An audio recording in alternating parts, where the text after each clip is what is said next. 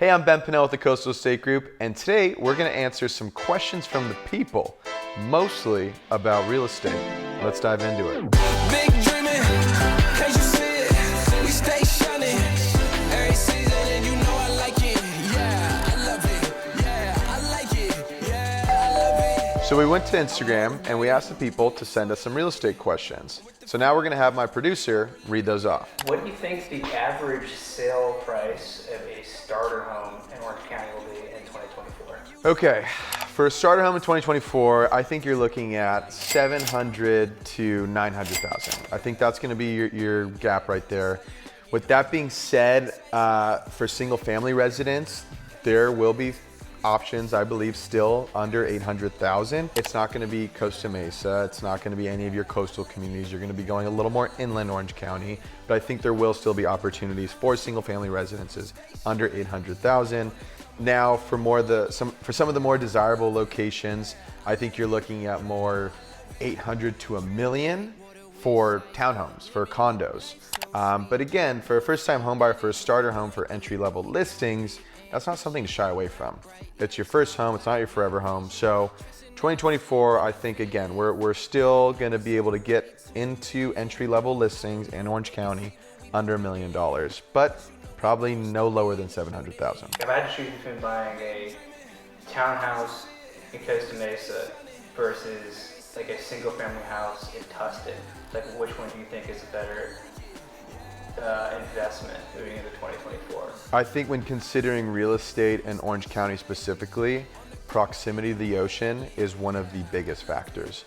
So get as close as you can to the beach, honestly. So if you're considering, like you said, a townhome or a condo in Costa Mesa versus a single family residence in, let's say, La Habra, personally, I would go for the condo townhome. Obviously, it's maybe ideal to have more space, to have a backyard, to have a garage with the single family residence. So maybe that affects your quality of living for that time being. But again, this is your first home, not your forever home. So I think you'll see more of an appreciation and growth in your equity over that window that you own it, which on average, I think is like 2 to 5 years for a first home in that condo. So, and that is, you hear that from a lot of people too, of like, go single family residence, condo's not a good buy, town's not a good buy. That's not true at all, especially, and again, specifically talking about this Orange County market. If you can get a condo or townhome with close proximity to the beach, I think that's where you're gonna see a good return on your investment. What do you think is the sleeper city of Orange County? I think that's a good question, the sleeper city. I don't wanna give it to you because I wanna buy all the real estate there, but I can't afford to buy all the real estate there, so I'll give it to you. Personally, my favorite city in Orange County that I would consider a sleeper city is San Juan Capistrano. San Juan is, to me, very relatable to Costa Mesa. Costa Mesa is adjacent to Newport Beach, and some parts of Costa Mesa, like Eastside Costa Mesa, are even seen as like an extension of Newport Beach. So you see a similar setup geographically in South County with San Juan and Dana Point. San Juan has close proximity to the beach. San Juan has its own character with its neighborhoods, its downtown area with the missions and the history, good restaurants and whatnot. San Juan is a great community. The difference between San Juan and Costa Mesa right now is I think Costa Mesa, especially Eastside Costa Mesa, has reached those pinnacle price points the same way Newport Beach has. Newport Beach is top dollar, that's what you're paying. Certain parts of Costa Mesa, you're also paying top dollar. Westside Costa Mesa, I still think that there's opportunities in some parts of it, but other communities like Mesa Verde and whatnot, same deal. It's like they're discovered, it's expensive, it is what it is. San Juan, I think, still has that opportunity to get something that you would not be able to get in northern central Orange County, but is a similar experience and a similar return. If you had to pick one city in Orange County to move to for a family, all around best family city in Orange County is Seal Beach. I'm biased, I grew up there, but I've also experienced pretty much every city in Orange County. The reason why I choose Seal Beach is most people that I ask say, oh, you know Seal Beach? Most people say, like, I haven't really been, but I've driven through. That's Seal Beach. PCH goes right through it, and most people just keep driving through. Seal Beach is a very small town. It's a tight-knit community. It still has that small town USA vibe with the main street and the wooden pier. It was an incredible community to grow up in. I personally, I'd love to also maybe one day raise my kids there. The school districts are fantastic. Again, it's a beach town, so you got surf, all the amenities and perks of living by the beach, food, great restaurants. The nightlife is probably the one mark against it, but if you're looking for your family, if you're looking for a mellow town, that's a positive for you, right? There's actually only 3 nights a year that Seal Beach has good nightlife. That's the Christmas parade, that's St. Paddy's Day, because they have so many Irish bars, it's insane, and the night before Thanksgiving for the local people.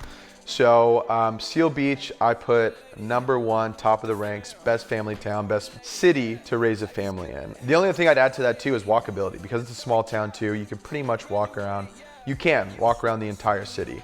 And it's nothing too crazy. You got parks, beaches, shopping centers. It has a little bit of everything in a compact space. I feel like the typical answer I get for a family city is Irvine. Why do you feel like Seal Beach is better than Irvine? So yeah, Irvine's definitely popular for families as well. Again, top ranked school districts, classic suburban feel.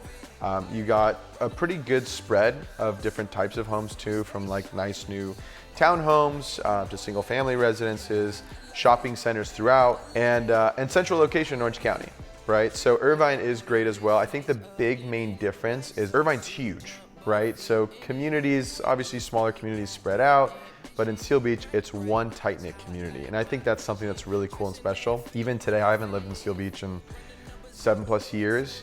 I can still, every time I walk down Main Street, I run into someone I know.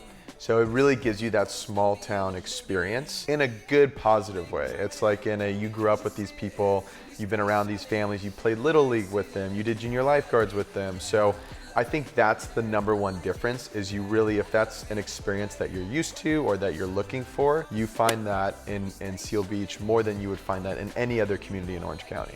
Lowered interest rates, I think that'll somehow affect the rental market. I think the lowered interest rates will also affect the rental market, because you got to think, landlords had the power the last couple of years, right? So many people could not afford to purchase and need a place to live. It created a feeding frenzy even with rentals and leases. So landlords, as you saw, they got to increase their rent over the last couple of years. Now with a lot of those people ending those leases and being able to jump back in the market to purchase and own, you're gonna see less demand there, which again, basic supply and demand. If you got less demand, rentals are sitting, especially rentals. Rentals sitting on the market is a little different than listings sitting on the market, because most people own a rental property as an income property.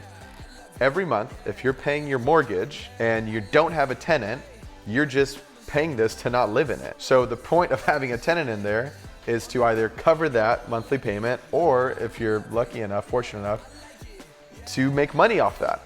So you usually don't see a lot of rental properties sitting for long. So if a rental property is sitting for a little bit, most likely that price will adjust quickly, unless the owner has the luxury of not needing the money and they can take the hit on it. So I definitely, to answer your question in short, I definitely see that the interest rates will impact leases in making those rentals drop slightly. If not, they definitely won't be increasing anytime soon. How many times is Ben gonna wear the cowboy hat in 2024? Great question. I usually now only wear them at Compass retreats. It's become part of my brand within the Compass world. So for however many retreats I go to, that's a guaranteed wear. Outside of that, you gotta give me a fun, spicy reason to bust it out, because I don't just walk the streets of Newport Beach in a cowboy hat. That's just too much. Seller or buyer market 2024? Simple answer is it's gonna be a seller's market, right? The sellers are gonna have the power for negotiation. The sellers are gonna have the power of having multiple offers to choose from. The buyer's market is right now. The buyer's market, there's still listings that are sitting. There's still people who are apprehensive to get in at these higher interest rates. So we have not fully transitioned into a seller's market. Right now, I'd say it's still a little more buyers, but it's beginning to shift. So 2024, I think we're gonna see a seller's market. The most overrated neighborhood in Orange County, overrated city. Would it be bad if I said Newport Beach? This is a hot take, and I don't know how this is gonna go over. So if it sounds bad, we're just not gonna release it. But if you're honestly asking me the most overrated city in Orange County, I think it's Newport Beach. The reason is this, not that it's necessarily overrated or overpriced. Like, It is amazing. I truly believe it is the heart of Orange County. I think from an entertainment standpoint, from a central location, geographic standpoint. What I mean by that, if I had to pick one, is there are other beach communities nearby that do not sell at the same level, that do not get the same clout as Newport does. And I think that's just an opportunity to buy in these other markets as well. An example is Seal Beach, an example is San Clemente, an example is Dana Point. These are all beach communities, beautiful, same ocean, similar beaches, got their own little characteristics about them. But we always say it's not Newport prices. Newport prices is its own thing. It's kind of the top of the highest prices you're gonna pay in Orange County aside from Laguna Beach. So if I had to pick one, I'd have to choose my home in Newport. Number one way people shoot themselves in the foot is by creating the prep work based off their own personal knowledge and experience, which maybe you bought one home before, maybe you've bought two, maybe you sold one, maybe you've done neither. But it's human nature that you're gonna use these online resources and everything and put it together to see what you can come up with on your own, which I respect and totally understand. I don't discourage you from doing that. But to make big decisions based upon that, I think is a misstep, and I think that shoots people in the foot. One example of that when it comes to a buyer is that a buyer will sit down and be like, okay, based off my income, based off this, and that, I'll be ready to purchase in 2 years. Next thing you know, 2 years pass, they connect with a lender and they say, oof, you should have been doing XYZ for 1 year and we could have had you more qualified than you are today. You should have not purchased that Tesla last month and you would have been in better shape. You should have done this before you changed jobs 6 months ago and we would have been in better shape. Don't make these assumptions based off some knowledge that you've gained on your own. I think it's great. Do your own homework, do your own due diligence, but make sure if you know that you're gonna be buying in the next couple years or you're gonna be selling in the next couple years, touch base with a professional. We don't charge you for an hourly rate. We're not attorneys. Touch base, tell them this is my goal, this is my plan. What do I need to do to get set up for this? And a good realtor will say, hey, do X, Y, Z, stay away from that, and let's connect in 6 months. Let's connect again in a year. Just because you reach out to me doesn't mean that you need to transact with me within 6 months. That's not how it goes. I worked with people for 2 years, I worked with people for 2 months. It all depends on what your timetable is, and we work around that. So again, the number one mistake people make with doing this on their own is the prep work and making assumptions without discussing with a professional first. A lot of real estate TV shows coming out, whether that's Selling Sunset, Selling AUC, like all these different shows and YouTube personalities. What do you think is misconstrued on those shows, and what do you think they get right?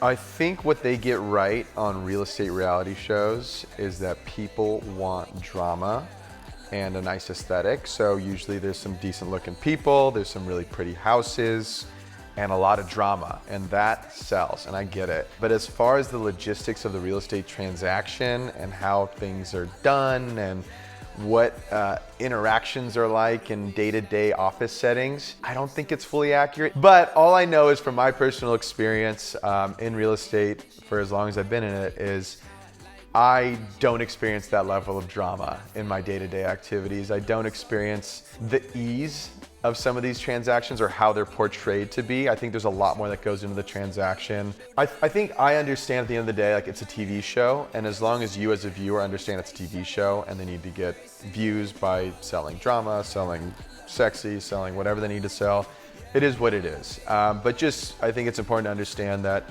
there's more that goes into these transactions. Don't believe everything you see on TV. That's the bottom line. Someone that's looking into starting real estate as a career in 2024, what's like a few things they would need to know or you advise them on before diving into that? I get people that reach out to me on Instagram. I'd say it used to be like every week, then every other week, and at least a couple times a month now. Of people who follow me or have been referred to me and have been kind of watching my real estate journey and want some guidance for their step into the real estate world.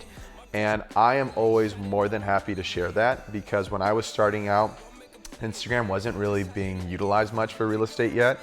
And when I reached out to all of the agents that I saw doing business and that were active on social media, no one answered me. No one messaged me back. No one wanted to give me their time. So to me, I personally always am happy to share that with people within reason. But With that being said, the biggest piece of advice I'd give to someone who's getting into the industry now is times have changed in the sense of technology has not and will not replace the residential realtor, but because there is so many helpful resources online now, and there still is so many great agents out there, the opportunity for a part-time agent or the opportunity to test it out because you think it looks fun or sexy, that has shrunk.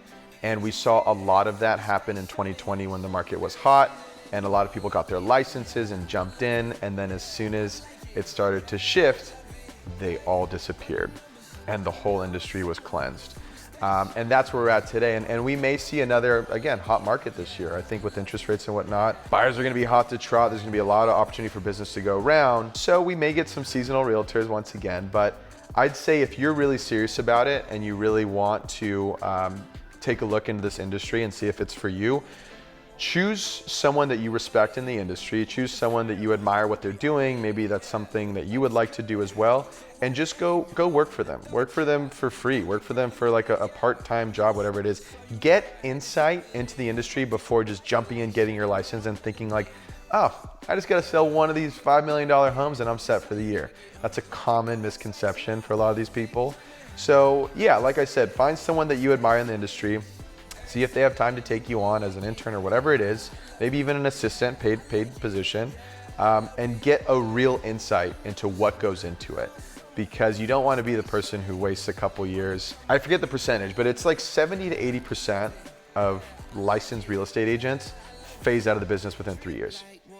Don't be that statistic. Who is one real estate agent that you encompass right now that you think is crushing it, that you want to shout out? I have a lot of really good friends in Compass. I've met so many great agents over the years. Some of them are like really good friends of mine, dear friends of mine that I've gone and visited their homes, stayed at their homes and whatnot. But if I had to pick one agent to shout out right now that I think is absolutely smashing it, I'd have to give my boy Ryan Jankula a shout out. Ryan is a younger agent that is absolutely dominating the luxury market in the Pacific Palisades in LA.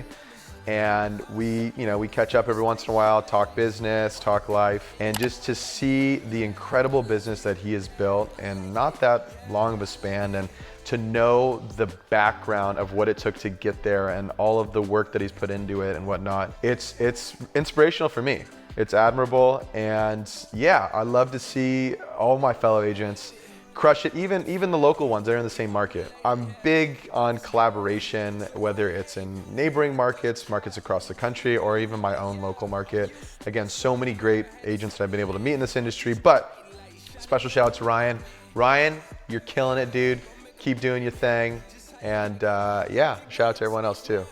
To wrap it up, what's the thing you're most excited about with Coastal Estate heading into 2024? The thing I'm most excited about for the Coastal Estate Group heading into 2024 is growth. I think that is gonna be the mantra of the year. I think the last couple years were development, we're testing things, building out templates and whatnot, and I think now we got an awesome system and it's time to grow this thing.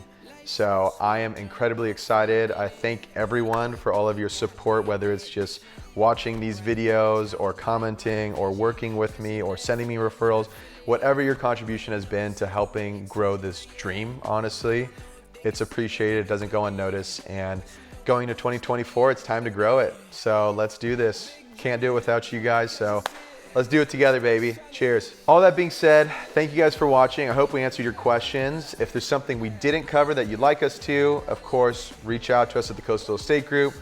Link below. We'll talk soon. Big dream.